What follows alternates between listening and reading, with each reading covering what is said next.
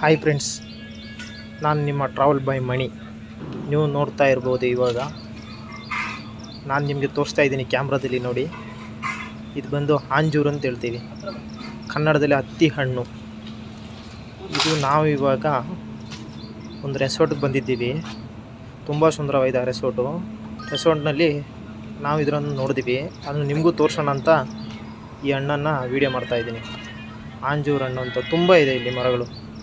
ಅದರ ಎಲೆಗಳಾಗಿರ್ಬೋದು, ಎಲೆಗಳು ನೋಡಿ ತುಂಬ ಹಸಿರಾಗಿದೆ.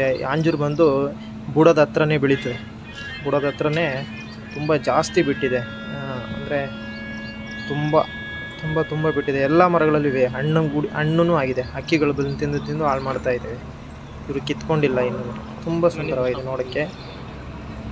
ಓಕೆ, ಇದನ್ನು ತೋರಿಸೋಣ ಅಂತ ವಿಡಿಯೋ ಮಾಡಿದೆ. ನೋಡ್ತಾ ಇರ್ಬೋದು ನೋಡಿ, ಇಲ್ಲಿ ಹಣ್ಣು ತೋರಿಸ್ತಾ ಇದ್ದೀನಿ ನಿಮಗೆ.